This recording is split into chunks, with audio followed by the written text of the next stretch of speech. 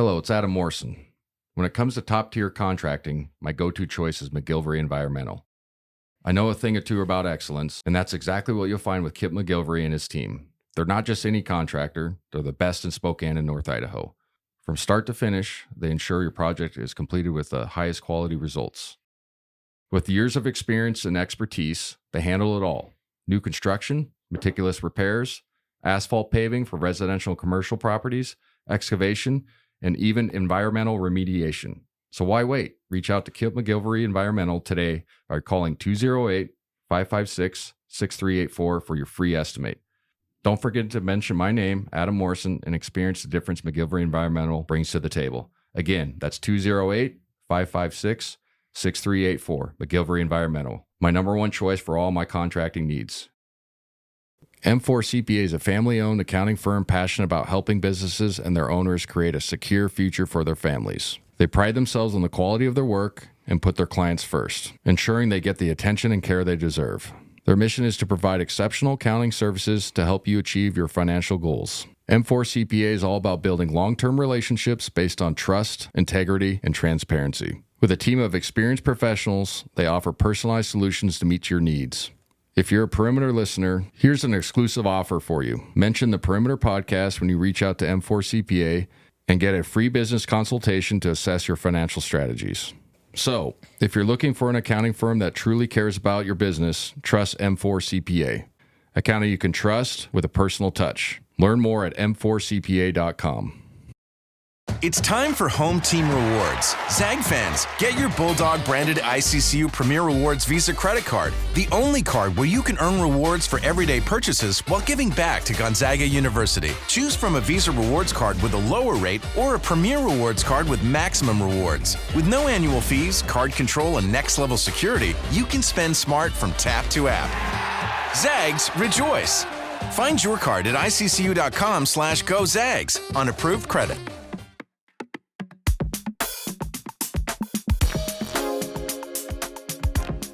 Welcome to the Perimeter, Season 5, Episode 16, presented by McGilvery Environmental, Idaho Central Credit Union, M4 CPA. Good episode coming up. Recap the St. Mary's game. A lot of emotions during that game.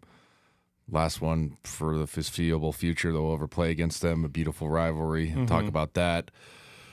Then we'll talk a little bit about Portland and Oregon State. So this might be a shorter episode because I don't really feel like talking about teams that are 216 and 212 in the Ken Palm, to be honest with people. Fair, yeah. Right? I mean, I'll give you the kind of a look. But, yeah, it was interesting, because coming into this game, we assumed that EK was going to play no matter what. But we didn't hear the news until about 24 hours or something like that before, which I think is the right thing to do. They probably knew before, but I think that's fair to make people prepare. Yeah.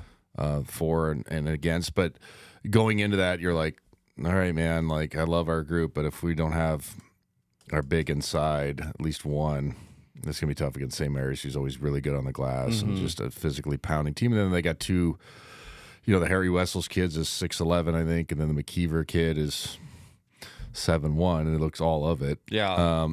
So you're like, that won't be fun trying to figure out that whole deal just on the glass per se, not on the defensive side. Obviously, they would have a height advantage, but usually those guys don't beat you.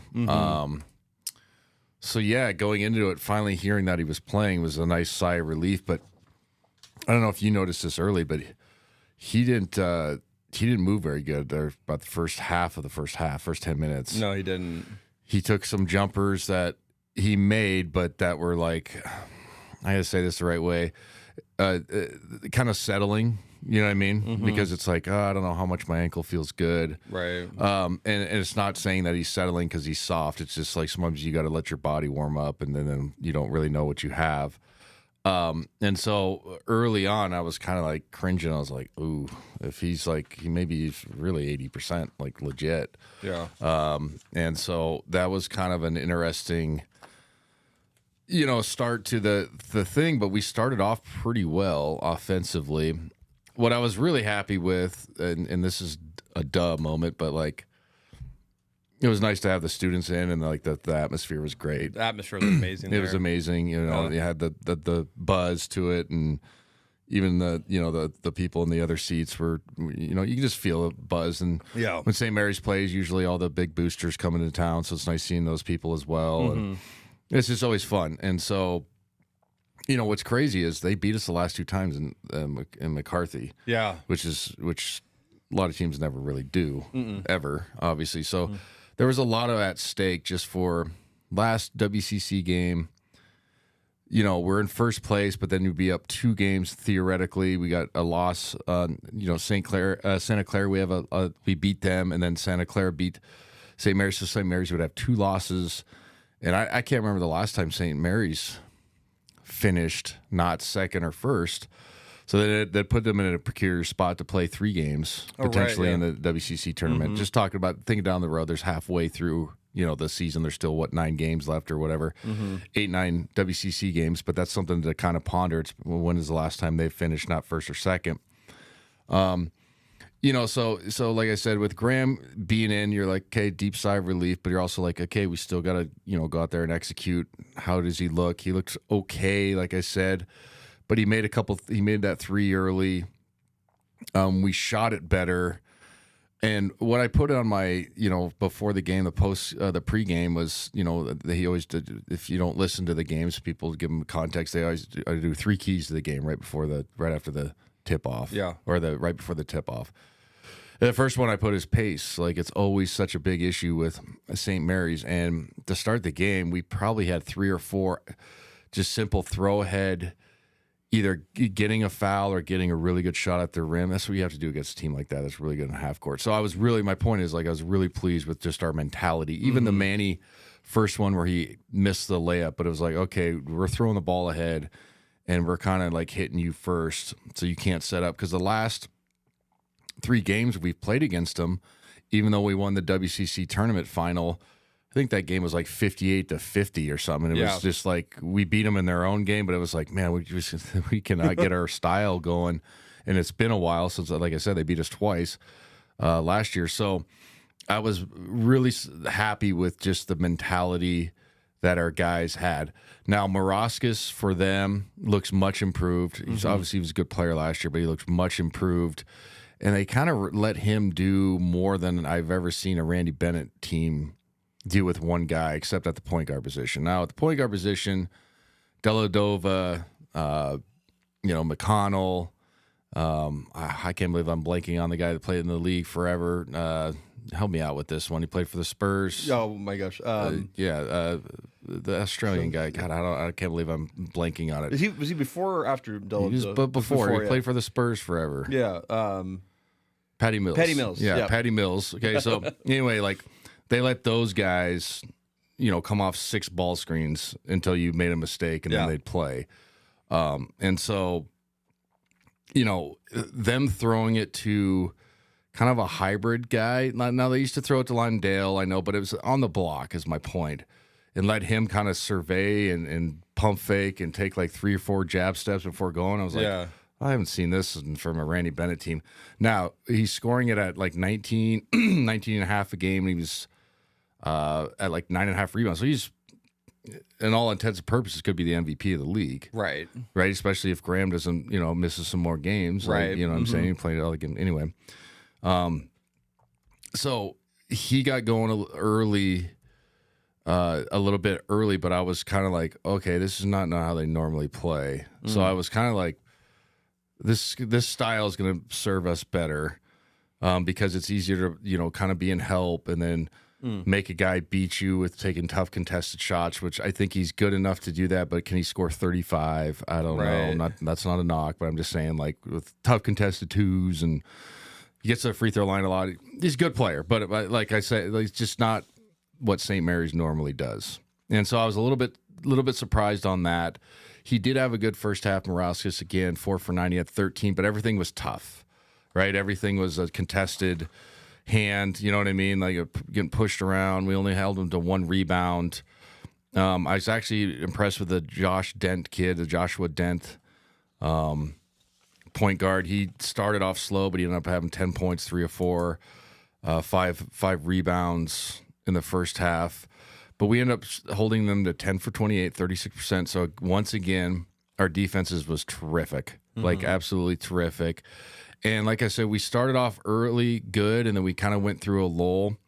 Graham was the only guy kind of really scoring the basketball. He was 5 for 8 at 14 points. We controlled that first half for like all but the last 6 minutes, and then they made their little run. And you looked up and you're like, oh, shoot, we're down 4, but we're not playing bad. Right. But then also it was a little bit disappointing from the sense of like, are they really going to like sneak another one out of here? You know, obviously we got another half. You're like, we're playing better than them. And like, we're shooting it better, 12 of 26. They did have a much better whistle in the first half, 15 to 16 from the free throw line. We're 9 for 12. That's not bad. But we're winning the rebounding battle. We're +3. But what was really killing us in the first half was 9 turnovers. We just had some silly ones. Both our point guards had some ones that were just like, you're trying to force it, guys. And even if he catches it at that spot, what is he going to do? You know, those type of turnovers. And again, 1 for 6 from the 3-point line. So it was like, okay, I guess we played okay. We didn't play bad, but I thought we were better than St. Mary's. But that's a tough ass team. They're gonna play hard, and they're gonna make you beat them type of deal. And you know. So, like, I had mixed emotions going into half. I'm like, all right, like, you know, this is a good basketball team, but we didn't play great. But also, they played good enough, too. It was just kind of weird. But the way the first half ended was just like... The officiating was not good. And it was a veteran crew. Those guys are good. Nixon and all those guys, they're good. They're good at refs, but we didn't get a good whistle in the first half, and it was pretty evident. And normally I don't like to even talk about the officiating because I think it's just a loser mentality to constantly complain about it. Like on the radio, on the broadcast, I try to say good or bad. I'd be as unbiased as I possibly can, just so because it's radio, I got to paint a picture. And then also too, like nobody wants to hear. I think listening to Homer calls all the time is just dumb too. That wasn't a foul. And if you watched it live, you'd be like, yeah, you fucking fouled him. Right. You know what I mean? Like you can say your own team fouled the guy, even if it might be questionable. Like, or just go on the basketball sense. Does that look like a foul? Whatever, what have you. But I just thought overall we didn't get a good whistle. I'm glad they changed that weird play at the end where Campbell got hit by Davis Fogel. And originally they were going to give him 3 free throws. Yeah. Where he just grabbed it at half court and threw it. And it was a heads up play. It was, yeah. But a good job by the other 2 officials. Like, okay, we probably should have called. It's one of those weird plays, and you see it in basketball a lot. Like at the end of halves or whatever, where they just like, yes, it is kind of a foul, but it's like 2 guys kind of going for a weird ball, and they just go to your benches. You know what I mean? And both benches can be pissed, but you just let it. But nothing happened. You know what I mean? No advantage happened. You ran into each other, get up, go to your bench. You know, the refs just start running to the locker room. That's what I thought was going to happen because it was a weird play. He threw it almost in the backcourt. So then it was like a live ball. It wasn't like designated as in the offense's ball.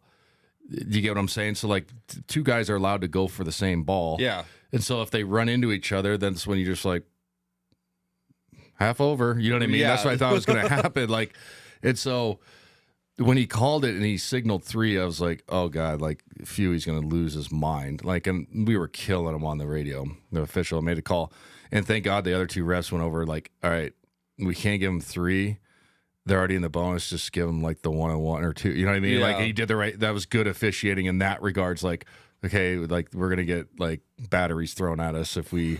If we call 3, because like yes, was he in theoretically shooting, but it was just a catch, and you know what I mean. Like it just was like, come on, man, you know what I mean. Like it's like almost like it's like in football when everyone complains about like a PI, but it's like the ball's over the head. Yeah, like, there you go. That's exactly what the play was like. It was like 2 guys going for it, and nothing happened, but they did smack into each other. But it was an errant pass. Yeah. So who's then the offensive player, right? You get what I'm saying? So then you're just like, I was just waiting for them to blow the whistle or just let the horn run out and just look at the 2 guys. Like that's what should have happened. Yes. So anyway, we have like a bad whistle. Like I said, we're down 4, but we're not playing bad, and we're executing our plan pretty good. Graham's playing terrific. So it was just a weird deal. It's like, man, I feel like we should be up right now, but down 4 is not terrible, right? You know what I mean? Like, we're hanging in there, and if we shoot the ball better, once again, we got to talk about that. You know, we'll get right back into this game. So going into the second half, I remember I seen Farnham in the tunnel, and I would say what up to those guys real quick, and you know, Dave Fleming, and I didn't realize at the time it's probably their last game they ever do there, because I think we have that their last game against St. Mary's, because I think, yeah, obviously with the WCC, but we have the TV deal next year. I think we're like CBS Sports and CW. I think the Pac-12 is at. Oh yeah. So I don't know. Like, I'm sure we'll get some like Christmas and Thanksgiving tournament games with like whoever's covering in the tournament. You know, whatever tournament we're in, but those guys probably won't. So I didn't even realize. Like, oh man, that is. We've been here for 15 years calling these games, and they're good dudes. And anyway, and Farnham was just like, and this is not him throwing. He's like, can anybody make a shot for you guys in this game? And I was like. I've been saying it for, you know, I mean, like, that's the topic of my podcast, basically, right? You know, like, there's our content. But that's really what it was. It was like, defensively, we're good. The ball movement was good. And it's just not a knock. It's just we just couldn't get in a rhythm offensively, you know, to string together some threes. So it was one of those, like, okay, let's hopefully we can get some of those to drop, and then everything will change. And then we start the second half, and Manny really got us going. He had 0 in the first half, but he made those 2 threes, that corner 3, that early one. Then he hit another one by our bench. And then he had a kind of like a scoop shot in the lane off of like a broken play. So he ends up having 10 in the second half, but really got us going. It was nice to see him have a good game offensively, but this just 2 threes. And I've talked about it at length, and especially if you listen to my broadcast. It's like baseball. Like, your team's in a slump, but one guy gets a double, then the next guy gets a blooper. You know what I mean? And then everybody's like, "All right, we can do this, guys." And then, you know what I mean? Yeah. Like, and then a sack fly gets a guy home, and they're like, "Hey, it's not so bad after." I think that's kind of what it was. We go 5 for 11 from 3 in the second half, 6 of 17 overall for the game. So we turned it around from 1 for 6. 5 for 11 is obviously, you know, pretty good, 45%. And then I always talk about, you know, effective field goal percentage. So if you go 6 for 17, that's 3 times 6, 18. You're getting 1 point technically per attempt. It's okay. It's not the greatest, but that's kind of an easier measurement to seeing how many threes you're shooting. If your percentages are not great, you know, you can argue that.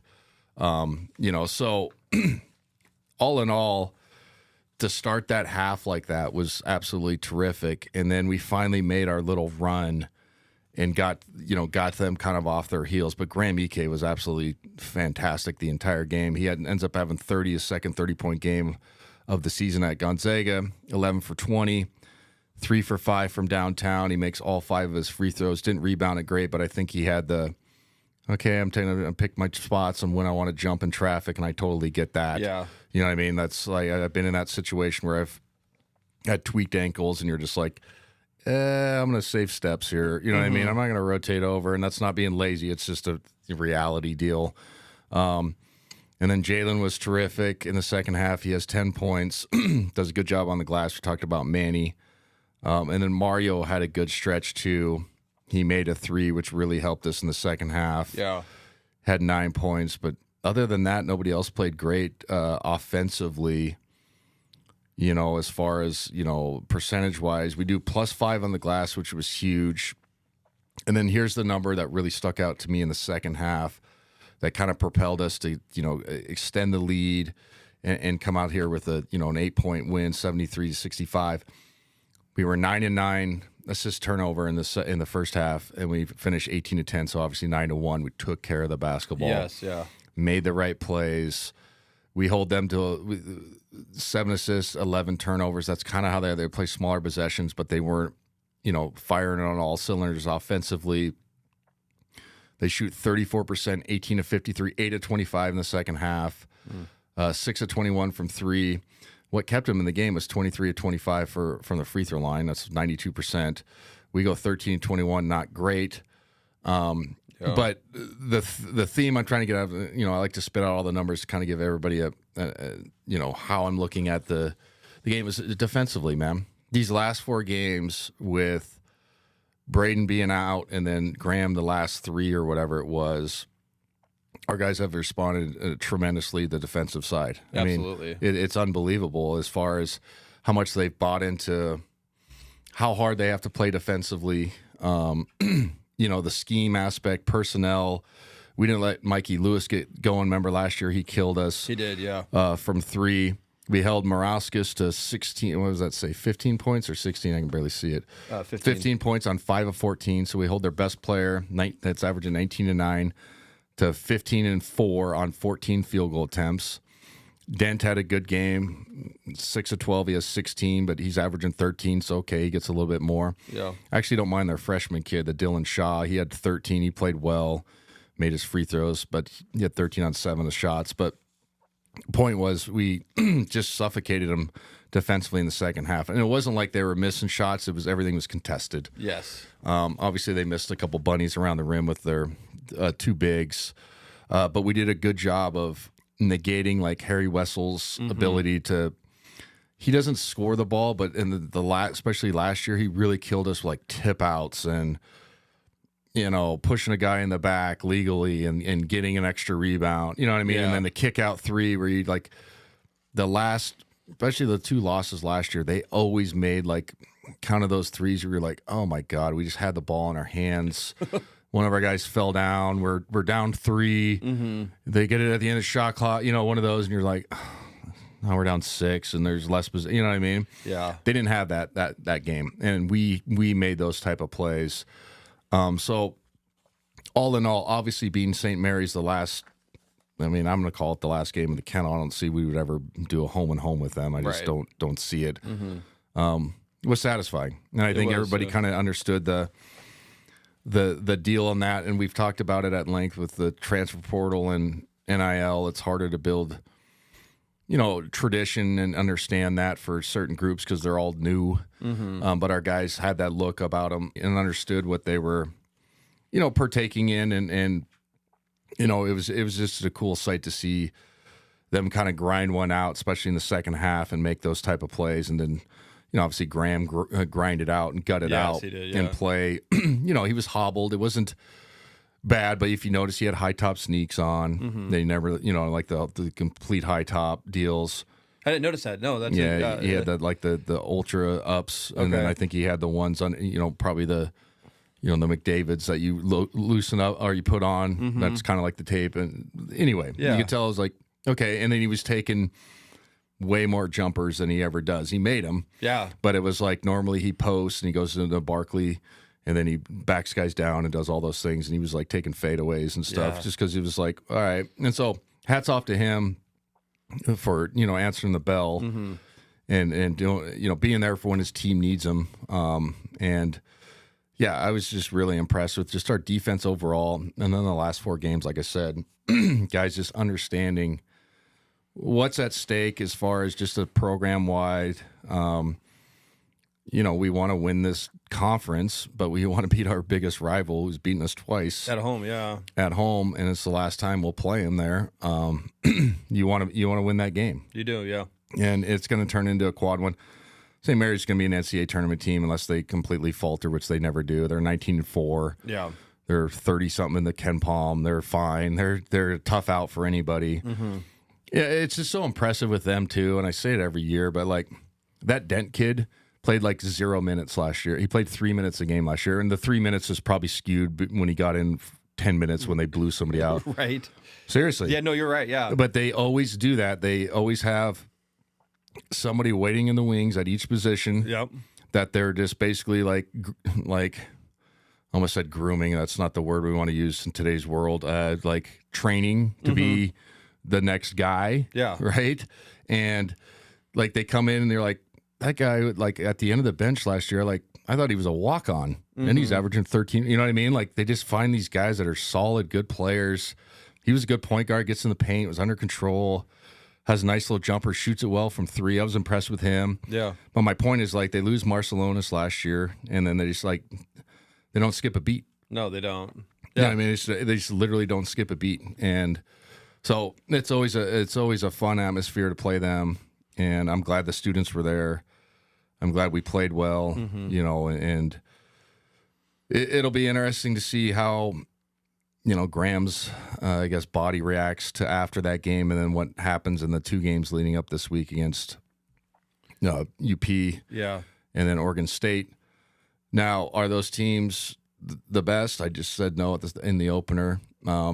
But do you want to be full strength to beat them? Yeah, and usually Oregon State has more bigs than not. Mm-hmm. So I'll be curious to see how his ankle looks after that. Yeah. After that game, and if he plays in either of those games. I don't know. I'm just literally guessing. I'm just thinking out loud. It's starting to feel like almost load management. That's a good point. And I feel like he could have been available for San Francisco, but I feel like they wanted to have him for St. Mary's, guaranteed. Yeah, I think so too. And then also too, like I referenced this, I think it was an episode or 2 episodes ago. It was like, this is the ankle that he missed the whole season with at Wyoming. So, sometimes you get idiots that are like, oh, it's just a sprained ankle. It's like, no, if you've had major surgery on it before and you've missed a year and then it feels a little bit like it's had before, you're entitled to listen to your body and make sure everything's dialed. And so I'm glad he did that. And I'm just glad that our guys understood what it takes defensively with having him and obviously Huff out. Mm-hmm. And they've passed with flying colors the last 4 games. I mean, it's unbelievable. Yeah. Just how they're flying around, being pests. It's the only silver lining that's come out of Huff's deals. We're better defensively, and I hate saying that as far as perimeter defense, right? Yeah. Because then our 4 is Jalen, and he did a great job on Morauskas. He did an amazing job, yeah. And then Tyon had some, and then obviously I think Davis guarded him. So, like, if you're Morauskas, you got 3 guys that are 6'5" and above, 6'5", 6'6", 6'7", that are deceptively long, who are about the same size as you and probably a little more twitchy, not that he's not athletic. That's a hard ass. And then, like, okay, go score 25 for us to win. Yeah. Right? That's a hard thing to do. So I was just really impressed with how they defended him and made it really difficult. He's obviously improved. Morauskas last year was just trying to get guys to foul him. He's got more of a bag. He just didn't play, didn't make shots. Mm-hmm. But I was impressed with like how he moved and the shots he was getting, and he didn't make them. But last year he was just trying to run into guys and I kind of look at the refs and was like, no, that's not a foul. So yeah, I mean, Jalen was terrific. He's just so deceptively long, and people don't understand. Like, if you look at him, yeah, he's 6'6", I think, right? Was he 6'5"? I'm taller than him, right? When we stood next to you, I think so. Yeah. But his arms are like, they look like they're 6'8", 6'9". So when you play a guy like that, it's annoying because you're like, oh, I got by him, and then it's a contested. What the heck? You know what I mean? Like, he's one of those guys, and then he's just so good at getting those like ripped down steals and pulling the chair and all those things. So I was just really impressed. I mean, it was cool to be inside and have the opportunity to call a game like that. Last one, I've talked about it for a million, however long we've done this, 5 years, probably 4 seasons. I've talked about how much respect we have for St. Mary's. Yeah, and the mutual hatred, but it's one with respect. So anyway, when you can beat them, it's a cool thing to do. Yeah, obviously. So it was a fun game, and it was seeing Graham like just be able to get out there and like cook was very just nice as a fan. And like he had that, I think the game changing moment was when he had the ball at the top of the key and he like he just basically juked Wessels on the ground and he dunked it. We posted a video on it on our thing, and I was just like, and it just made the crowd got everybody get into going, it. And like that was the other thing about that game was just like the crowd was getting into it. There was like people like yelling at the refs and like just it was nice to hear the bullshit. Like that's fine. That's okay. Yeah. You know what I mean? And then like the F St. Mary stuff, they say the same things to us, but it's in good it's good natured. Yeah. You know what I mean? It's visceral, but it's not bad. You know what I mean? In the regards of some other rivalries. It used to be worse. Like, I don't think people understand. I've talked about this before, but the student sections are way more tamer than they used to be, and that's not a like. Well, back in my day, it was way harder. It's just the truth, right? Like it's just alcohol was much more of a thing. You know, as far as like just in general, like if you look at students and younger people, they don't drink as much as our age did at an earlier age. It's just because it's like it's bad for you. And it's like, yeah, it is. Like just a different time period. And then like it was you had to do more work to find out dirt on people. Yeah. And then it was easier to like make up stuff in your mind that this guy, I really don't like this person. And then if you see him online, you're like, oh, this guy's kind of like me. He goes to class, he's got a girlfriend, and he plays basketball. You get what I'm saying? So like it was easier to be like, that guy's a douche or whatever. Like I hate him, and I have no idea who he is. Never talked to him. And so I think that has something to do with it. But you go down there, they get hyped too. Yeah, they and theirs is a little bit less unorganized. And when I mean less organized, it's not a bad thing. But they don't have like a, you know, cheers that are like choreographed. Right. So theirs is more visceral. And then I think they serve booze. Oh, okay. Huh. So yeah, it gets a little more hype. In there. I'm excited to go to there and play them the last time because they're going to be.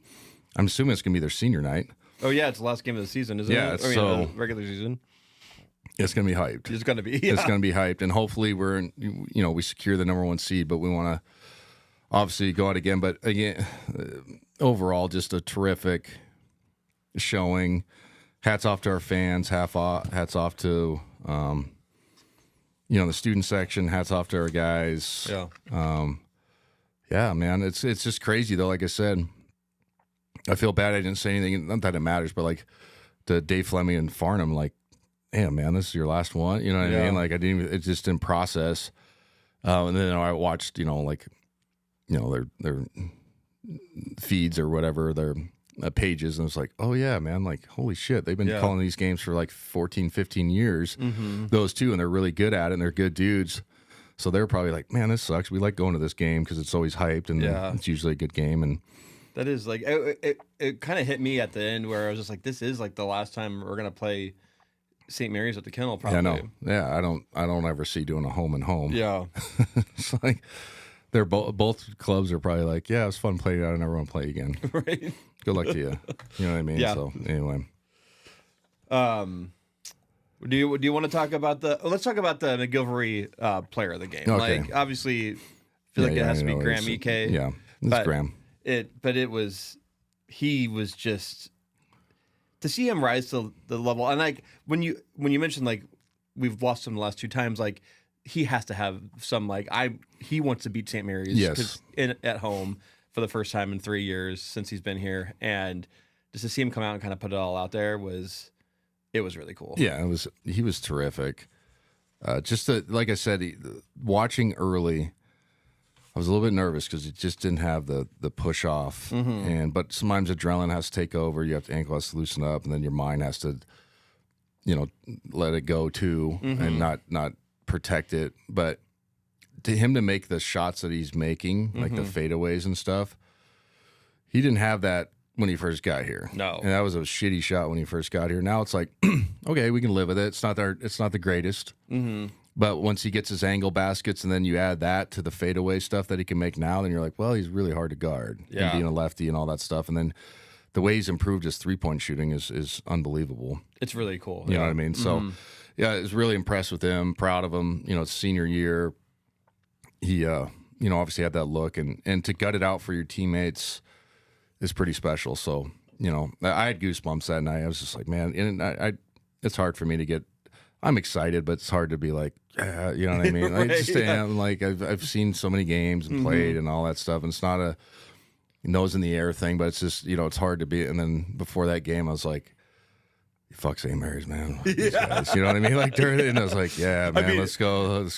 Like, I sit up on the media row, and like, there's never much like reactions from anyone in the media. And at one point, I was like cheering, and I'm like, I don't usually ever cheer during the game because I'm supposed to be impartial, kind of, right? You know what I mean? Like professional and But even a lot of the guys on the media, and they Theo were, and those guys, they were like getting into it, like, and it was it's a pride thing for all Spokane too. Like one of the proudest moments as a Zag, I mean, just not a Zag, just being from Spokane, was 2 years ago when they came and played Grand Canyon, and they probably thought, oh yeah, we got their arena.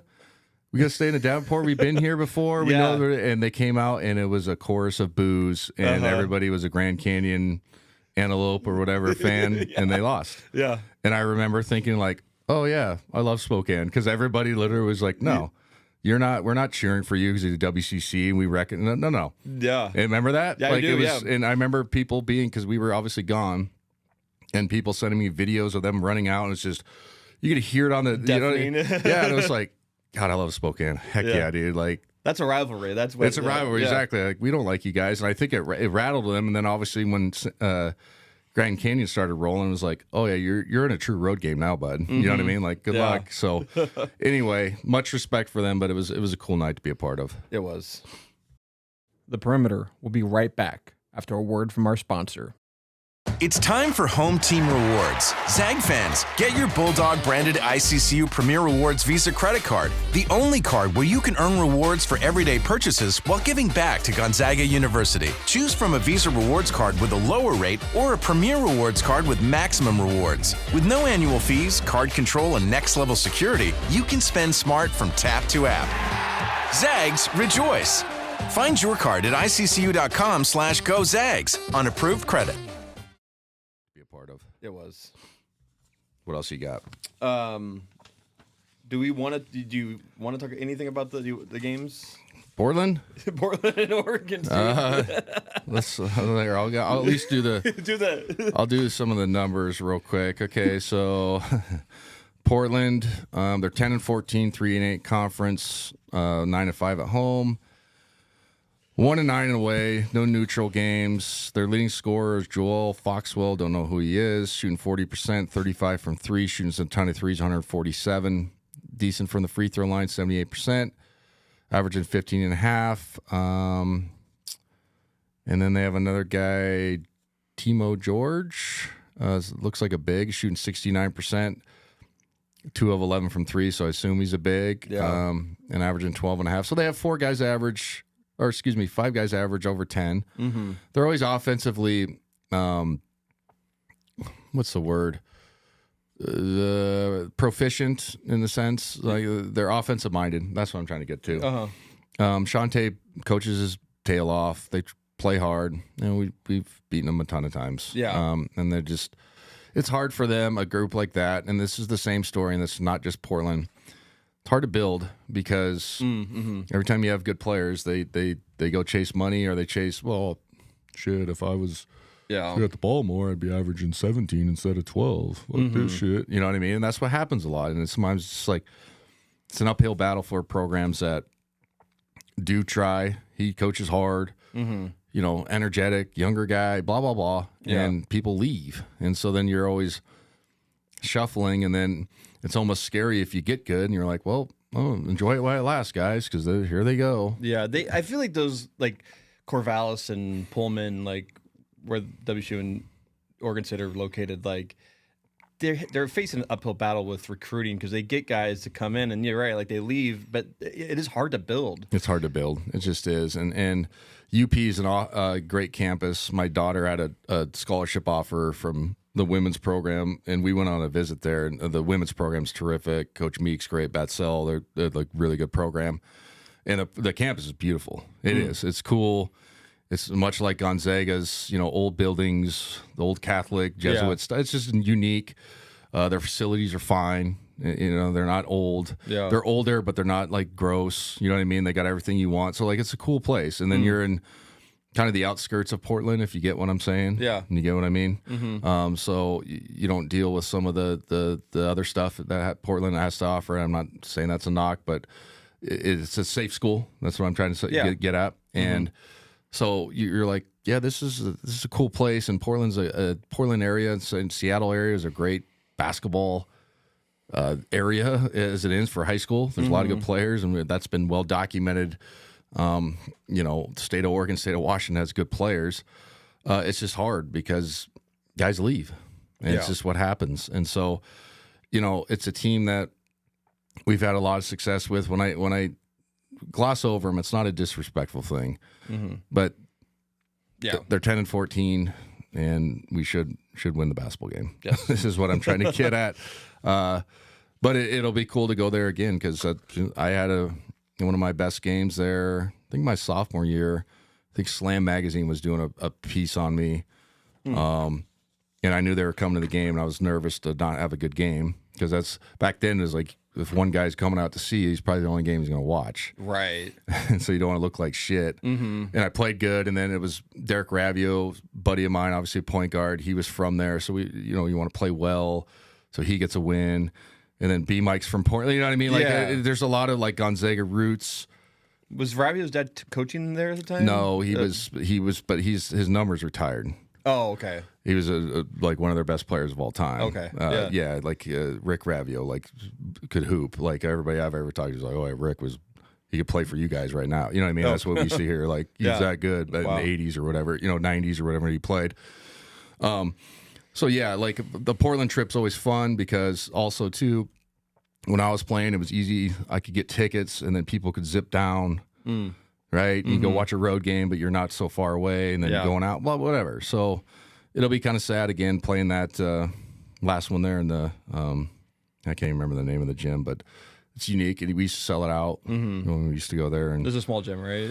it's a small, but the seats go up pretty high. It's a cool little gym. It just is like, so yeah, they're not very good this year. Same thing with Oregon State, but we don't have the history against Oregon State. Right. So there's no this nostalgia. We lost to them last year there. So we, I remember that game. That game was, remember we lost in overtime? Yeah. That was interesting. So Oregon State's had an up and down year. They're always unique, because they have like old, I guess it's weird saying, but like Pac-12 athleticism, whatever that means now. But like you look across the board and you're like, oh, that, like if they're going through the airport, you're like, oh, that's a high level basketball team. So you always have to deal with their athleticism inside. Coach Tinkle had a great run. What was it, 4 or 5 years ago? Made it all the way to the Elite Eight. Okay. His daughter played for Gonzaga, so he's been around the program. He's a good dude. I've known him, secondary, known him for a while. He's from Montana, so like all us Montana people know each other. He coached at the Grizz. You know what I mean? Like, oh, your dad coached at Dawson Community College. You know what I mean? Oh, you're from here. Anyway, so there's that. But it's similar to Portland not having a great year, but we should be fine if Graham's playing. But again, it'll be interesting to see if he is playing or not. Yeah, so, it will be. Yeah. They shoot a lot of threes. That's like. So we want to go over the deal. So how many threes they've shot? 572. You're right. That is a lot. 35%. That's not bad. No, yeah. They have two guys averaging double figures. They're 12-12, 5-6 in conference, 9-4. At home, 3-5 away, and then 0-3 in neutrals. This is what's crazy is I'm looking at all the names and I don't recognize one from last year. Yeah, I just don't. So that's why it's weird doing some of these games. I know everybody's started hearing in the transfer. I don't know how many times I have to say that every year. In the NIL portal area, it's like all you talk about. But these teams just get turned over so quickly. It's hard to build like a base of, like culture. Like here's an example. Like I know we're going a little bit off topic, but Miami of Ohio right now is like 23-0 or something. Right. In whatever conference they are. Cool campus, by the way. I visited this year. We were playing my daughter's team on the Under Armour circuit. We were in Pennsylvania or wherever Ohio. Yeah, we were in Ohio. And so we found a gym. We went to their campus. It's cool. It's middle of nowhere, and it's unique. Anyway. Yeah. And they're 23-0, and I haven't watched 1 second of them. But you're also like, I just off of how today's landscape is, they'll probably make the NCAA tournament, hopefully, and then 4 of their guys, I'm just assuming, they'll be like, I should be playing in a bigger conference. And then their team will get broken up, unless they're all seniors or something. You know what I mean? I have no idea what the roster is, but that's the first thing I thought of, was seeing a good, like, mid-major, quote-unquote team.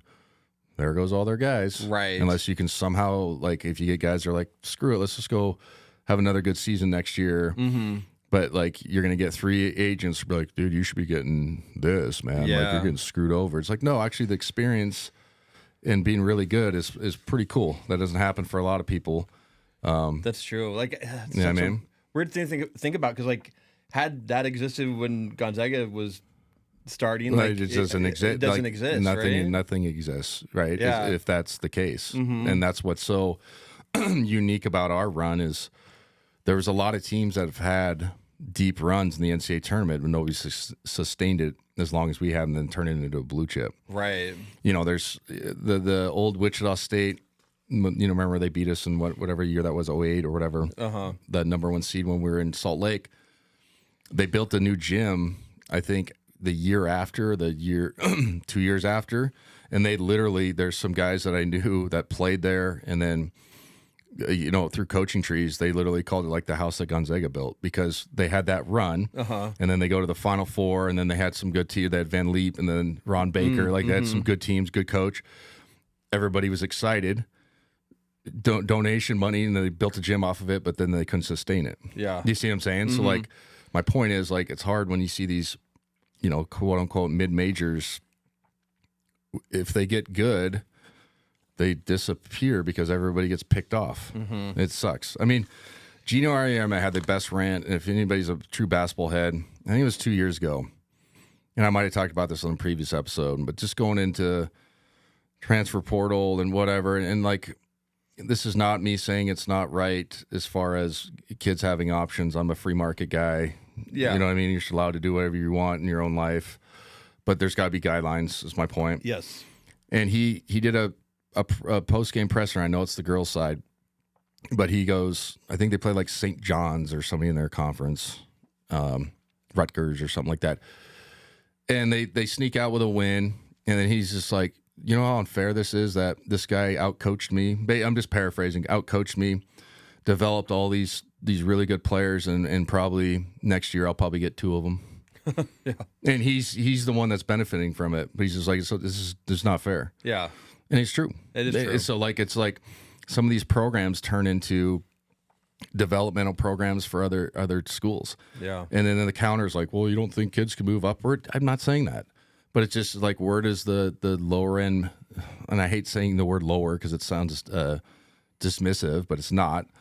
The smaller programs, when can they build like, you know, where they have a really good junior class and then a senior class, and they go to two NCAA tournaments or 3 NCAA tournaments together, you know what I mean? And they have some all-time teams, and they go to the Sweet 16 one year, blah, blah, blah. Like, because nobody wanted to play those teams when you were, you know, like a younger Power 5 team, and you know, you're a 5 seed, and you're like, oh, we're playing Kent State, and you're trying to convince your guys, like, no, actually, those guys are, like, for 3 years they've been together. They're really good. Yeah. Like, just so you know what I mean? Like, and those guys are 22, and you're 18. Right. He's gonna kick your ass, and and you see it every year. Like, and then you dive in, they're like, oh, they're 30-4. You know what I mean? Yeah. Oh yeah, they're pretty good. Like, they won their conference tournament. They're 30-4, and they beat a couple good teams. And they lost to Duke by 8. You know what I mean? In a Christmas tournament or whatever. Like, they're pretty good. So like, that's my point. Yeah. Is it's and going off of the Wazoo and the just even the you were talking about Pullman and then talking about Portland. It's like hard to build. When everybody's just looking at the other side of the grass, or you know. Well, I what imagine I mean? as a player too, like, you're thinking like, well, I'm scoring this many X amount, points. I'm out of here. I'm out of here, man. I'm looking at what the other like major programs I could go to and be a role player or be a starter. Like, I'm sure somebody's done it, and if it'd be cool if to get like a analytics dude on it, but like, all the high major transfers, and then like, you'd have to have a qualifier what that means. What impact do they really have on winning when they go to higher conferences? And you'd have to designate what's considered a higher conference, what's considered impact. You know what I'm saying? Because like, you see guys all the time, and we do it in our pregame broadcast just to set the scene. We'll be like, okay, this guy was the all league and such league. Now he went to this school. You assume he's going to like dominate, and then you meet him again halfway through the season. He's averaging 7. Not that it's bad, right? But he was averaging 16 or 17 at the other place. Yeah. So then you go, was that worth it?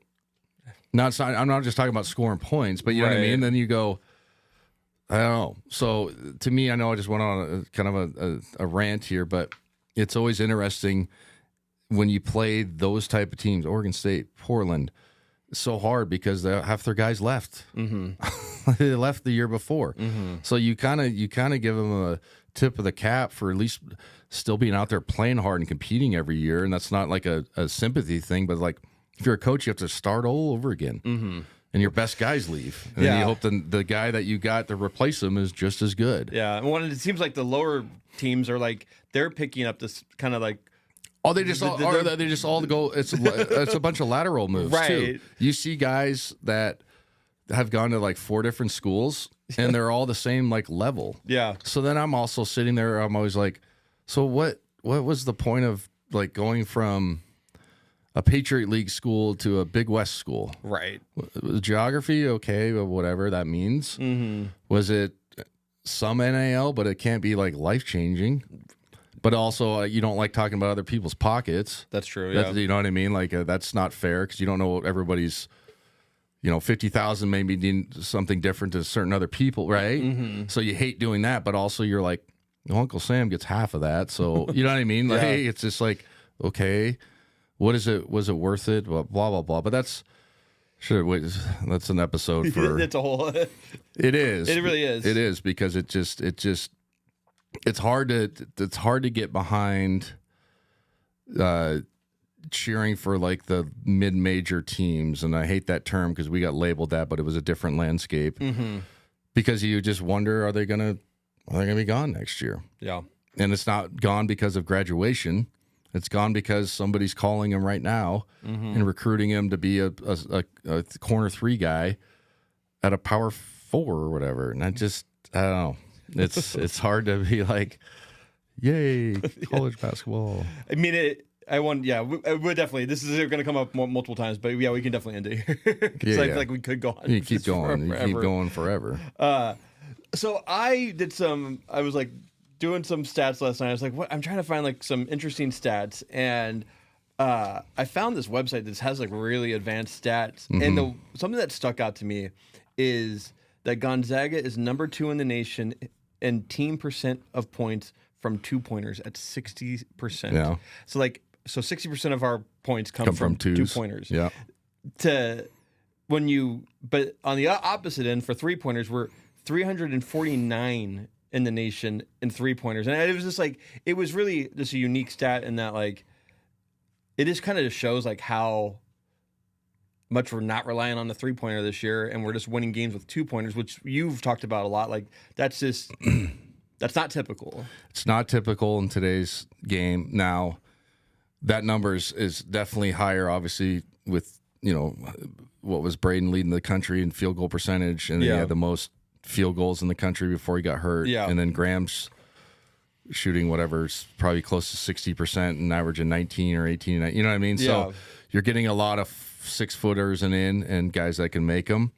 But it's a curious stat because, I've said it a million times, when we shoot the ball at a higher, just a normal clip, we're really, it's then like the second half, we go 5 for 11. Yeah. And then St. Mary's didn't have an answer on a couple of those because we just go on those little 6-0 runs. Yeah. And especially in a slower down game, it makes a huge difference. It does. So it just goes back to shooting the ball, and it feels like such lazy analysis, but it's like, sometimes I'm just like, oh, if we make shots tonight, we'll be a lot better. Yeah. You know what I mean? But like, there's usually not a scheme thing. There's hardly anything that you can really do differently. Obviously, there's little chess moves you can do. But Huey and the staff have got a scheme for everything. They've seen everything. Yeah. The only thing they've never like seen and nobody does is like a box and 1 or triangle and 2. Nobody does that in college. Yeah. But like other than that, you have a plan for everything. And like, I'll give you an example. Like, I can't remember playing last year. I think it was last year. But we had a weird side out of bounds. And we had, I think we were down 4 or down 3. And with like 2 minutes to go, I remember Mike, because we're obviously close to the bench, went to one of our assistants, that's one of the kids behind the bench, was like, hey, we need a side OB for such and such. And the kid literally pulled out a binder, and it's smart. You have a binder of plays. And he started thumbing through, or it was a play that B Mike said to do, but he probably didn't have it on the tip of his, he probably hadn't drawn it up in 5 years. Yeah. And so the kid already had it drawn up. Oh, wow. So when the timeout, like when they knew the timeout was coming, it was already there. So my point is, like, there's a scenario for everything. And it's cool to meet coaches that can do off the top of your head. I'm bad at that as a coach. Like I blank out, or I'm like, oh, let's run the same play we ran 7 times. Right. You know what I mean? Yeah. Like, but my point is, like, if you're a good program, like obviously like we are, you have everything kind of already mapped out what you've seen before. Even now in today's game, all right, everybody does the ghost screen and goes under. Okay, now people do the Gortat or the Spain. It works, but now, like, if you're worth a shit, you start planning that in August on how to guard that. So then when you see it on film, you're like, okay, tonight they're going to Gortat. Be prepared for it. You need to go over the top, or you need to smash the shit out of the big, or we're just going to trap and take it away to just to our 2 defenders. So the Gortat screen on the roll is not going to work, or whatever. Yeah. You know what I'm saying? Okay, or they're going to come and ghost tap you on the side. It's not a screen. It's just a hand. Recognize it. Still play him straight up. Don't turn your head and then get beat the 1/2 a little step, and then he turns the corner. All those things matter. So yeah, it's interesting when you delve into the numbers, like you said, on 2-pointers, 3-pointers, what the difference is. Because traditionally, most people would be like, you don't shoot as many threes, but some people would argue, if you look at our team, we don't shoot enough threes. I mean, analytically, some people, and there's math that backs it, that you need to shoot 20 plus a game. Good ones. yeah.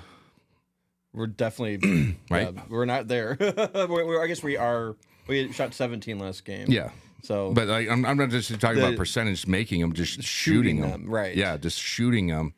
And some people wholeheartedly believe in that. And we're an analytic team. But I think you got to have a mix of letting the game, what's the flow of the game. And then also, too, like I'm a big believer, and I think I said this last year, the SG3 for the Oklahoma City Thunder, and somebody put it out as a tweet last year, and I think it was true. He's kind of like saved basketball in the sense that, like, he brought the 15-foot jumper. It's okay to take that back and make it. Like, if you can make it, it's okay. Like, because for a few years, it was like, oh my God, that's such a bad shot. And then it just turned into a 3-point contest and a layup contest. And like, there was no middle game involved. And he makes those shots. And obviously NBA guys can make those, but it's like, no, actually, if that's the pick and roll coverage you're seeing, it's a full drop. What do you just dive into the 7-2 guy every time and try to score over him, or just make a fucking 15, just make it. Yeah. Shoot at 55%. It's a good shot. Probably for him, it's probably 60, 65. You know what I mean? Like, and then they have to get out of that drop coverage. Then you take away the rim protector. Yeah. You know what I mean? So it varies when you look at analytics, and it especially in today's game, everybody's a copycat. So whatever works, they shade towards that. Yes. You know, Tommy Lloyd still plays bigs. We still play big. So, you know what I mean? Like, it's not always skewed, but my point is, it got for a while that basketball was turning into everybody played exactly the same. Yes. For a stretch there. And it kind of got like, because somebody make a 12-footer, it's all right. Yeah. And like, it's not the end of the world if he misses it, but like, that's the defense you're getting. But also, like, trainers, players, work on that shot. If you can make that shot, then you, like I said, you take away a pick and roll coverage that they can't guard. They have to get out of it. Yeah. Well, and I feel like last game, because we weren't shooting threes particularly well, it kind of opened up the threes at the end of the game for us. Yeah, no, but see, you're 100% right. Like, they gave Manny that first one in the corner, and he stuck it, and then the second one, he was wide open on I think somebody drove middle and sprayed it to him. But it, obviously, if you make those, it's like, oh shoot, now we got to contest and all those things and close out. Yeah. But yeah, that's a great stat from for the M4 CPA, because it just shows you the disparity of where we get our points from. I would be curious, and I have no clue, because I'm not an analytics nerd or whatever. what the balance should be. Should it be, I wonder, you know, 55 twos and then 30 threes and then the rest from the free throw line? I wonder who's like the top of the, anyway, that's something for another deal. But there is some, you know, like Ken Palm guys and analytics guys that would be like, well, the teams that made the Final Four are 55, and you know what I mean? Like, there's definitely some like qualifiers. There's definitely probably some qualifiers. It was like going into the, like looking at more of the stats, like I was looking at the teams that are like, that are at like the 40%, like, and it's like North Florida, Army, Cornell. Oh, so like 40 from two, and then the rest from three, basically, or from the line. Well, these teams are like, these are 40 from the three. Like they're the best in the nation, and they're nowhere near like they're just I think the best. Like Nebraska, Louisville, and Alabama are all at 41%, and they're like the best teams on that list at the top. See, what's scary, and this is not it's just like, what if you have a bad shooting night? Yeah. But if that's the personnel you have, but then also like the counter, they would just counter like, well, you guys have gone 3 for 18 before, and you've squeaked out a win. Right. So it works both ways. Analytics can have a little bit of a sway either way. Yeah. Well, I have a fun Ask Adam question today. It comes from Fulltime Wade on Instagram, and he says, since I know Adam likes soccer in the Premier League, what would be his opinion on an FA Cup style side event that went through the year in college basketball, like with a random draw? Like, so for those who don't know, the FA Cup is in the Premier League, but it also goes through the Championship League all the way down to like, it's the national tournament. Yeah. So if you're unfamiliar, like let's say you and I wanted to play for Jack and Dan's, we could enter the FA Cup. Yeah. We'd have to qualify, and then we could play our way up. The big, I'm not completely 100% certain, but I'm close to right. I think the Premier League teams that qualify start in the 4th round. Yes, yeah. So there's sometimes matchups where you'll literally see a team from like the 8th division play a Premier League team, which is, it's cool. And it's the oldest tournament, I think, in the world. It is, yeah. It's the oldest tournament in the world. So like you play it during the season, but it doesn't happen at once. Yeah. So to explain it to people. Yeah. So like you play the first 3 rounds, and then you play your domestic league, the Premier League, and then you come back to it. But it gives everybody a chance to kind of win the national tournament. It's cool. Could it work in college basketball? They're kind of trying to do it with the Players era. That's true, yeah. Even though it happens at once, but it's a tournament within like a true bracketed like 32 teams. I think it's going to be 32 next year. Right. So it kind of happens, but it's more for getting better matchups. I think it'd be cool, but it's impossible in college sports. Yeah. They've tried to do it in the NBA with the NBA Cup, and that gets mixed reviews. Some people love it, some people don't. What's great about the FA Cup is like it's all these just different tiers of teams. Like, like it would be like literally, you and I could start a team and be sponsored by Fizzy Mulligans, right? And if we played good enough, we could go play Chelsea at. Yeah. You know what I mean? At Wembley, like it happens. It would be like if we did this in community colleges were in it, and like that's a good point. AI, like Whitworth could play in it, and then right. It's cool in theory. It wouldn't. It doesn't work. It doesn't work, and like we already have the bracket. We already have the NCAA tournament, which is, and I can't say this is why the the FA Cup exists, but like. They don't have a tournament at the end of the season. They just go off standings. That's who wins. Standings, yeah. And so it's a whole different monster over there with how they do it. But like, the FA Cup is cool. Well, if you win the FA Cup, and then let's say you have a bad Premier League season, it's still a good season for you. So like, there's usually 3 competitions you can enter. Yeah. In high level soccer, that's why the all-time classic teams that win the treble, 3. Or like, etched in stone as all-time greats. I think Barcelona did in 08, I think was, and they beat Chelsea in the semis. Iniesta's goal.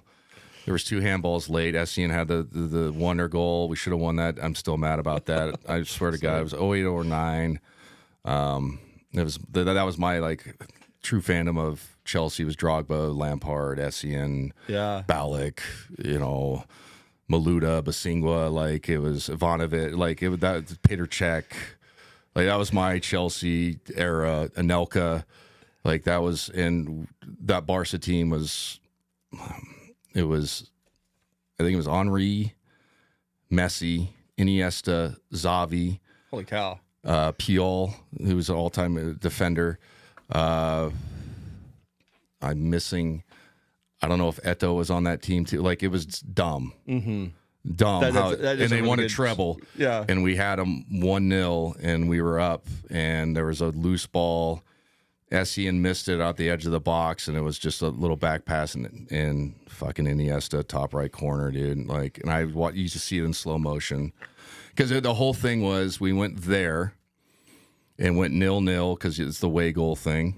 And we parked the bus the first game. I don't think we took a shot on goal. Maybe took one shot on goal. Oh, wow. At their place, like we were supposed to do. Just fucking fuck you. You're not scoring.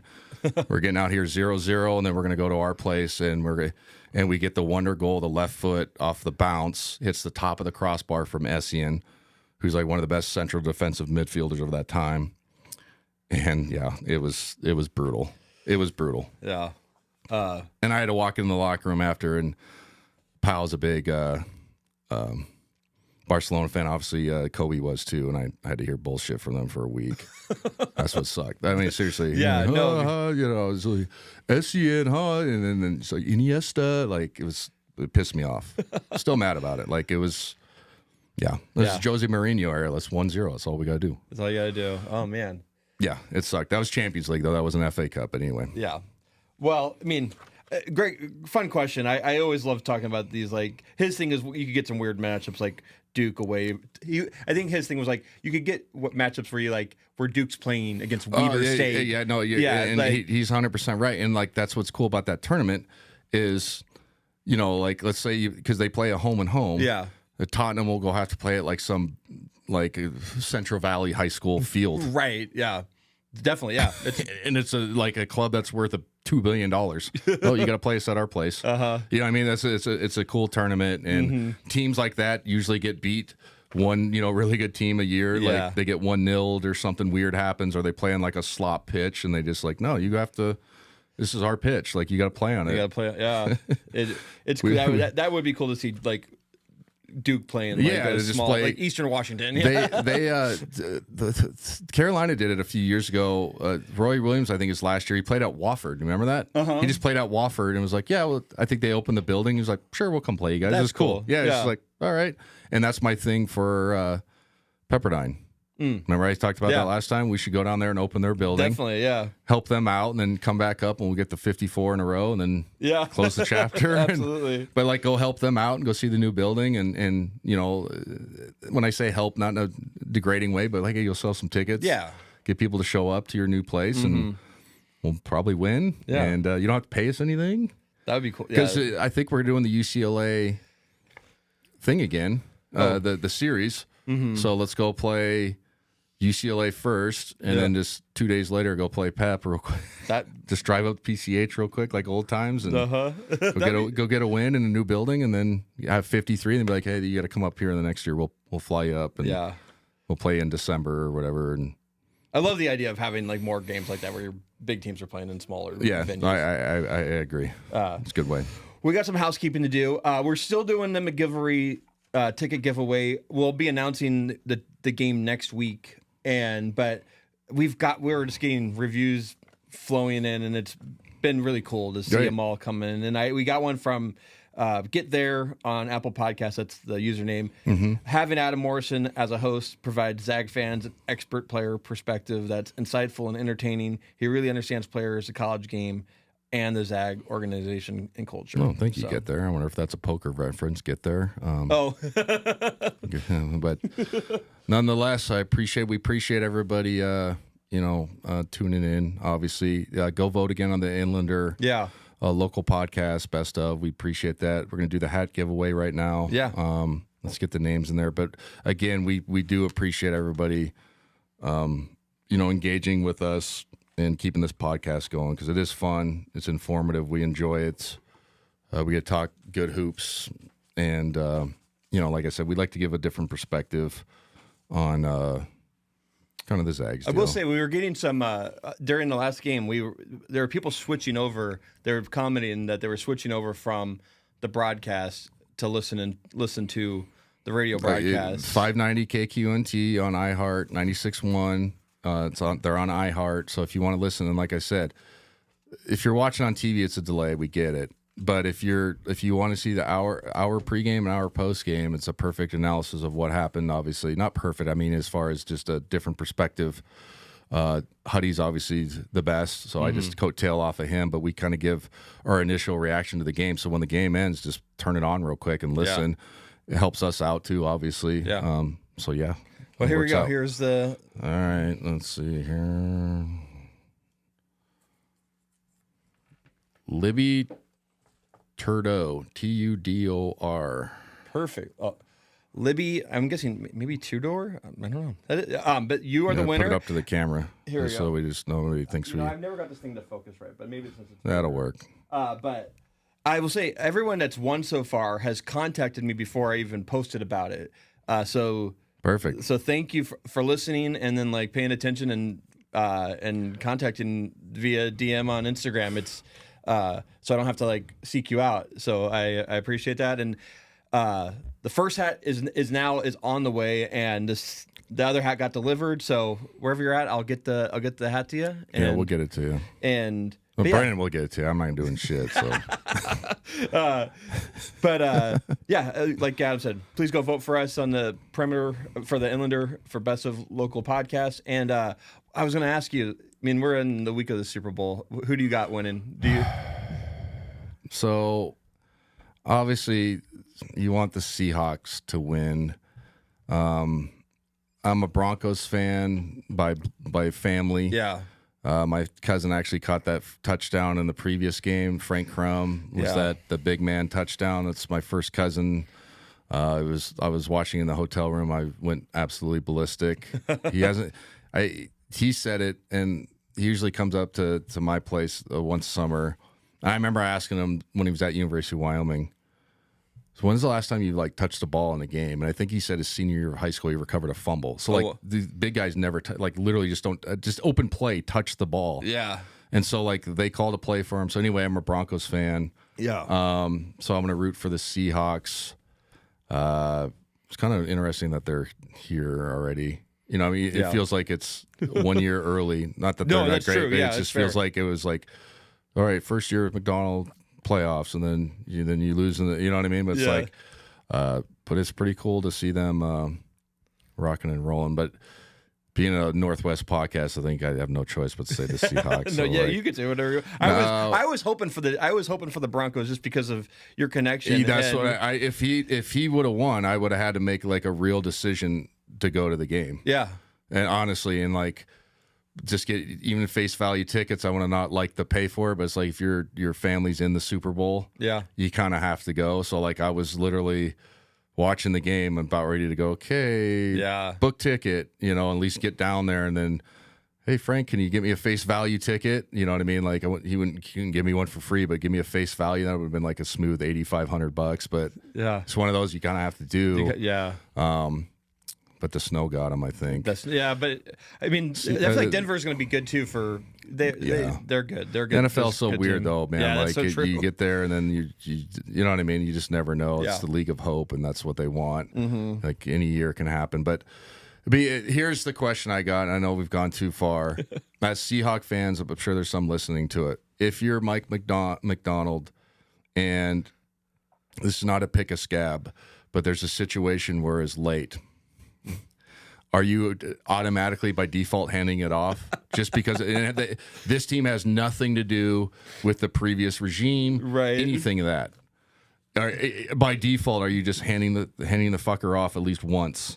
Yes, yes. Just for like the culture of the Northwest, like. Here you go. Well, get in the end zone. If we're at the we handed it off once. If they're at, I say right. I do that too. I just talked about Chelsea like I was part of the team. I had nothing to do with it, but such a devastating loss for me. Like it had nothing to do. Anyway, they go barnyard. They give it to their tight end. Who they run it? They run a basically push with the tight end. I imagine they run that once, and you kind of have to though. But like I said, for the culture, like. you have to just to like being in the Northwest, like I think we have to hand this off, guys. Anyway, all right. Thanks for listening. We'll be back next week with a recap. Talk about The Oregon games, the Oregon State Portland game, and then look ahead. Anyway, go vote. Thanks to our sponsor McGilvery, Idaho Central Credit Union, M4 CPA. See you next week. Awesome.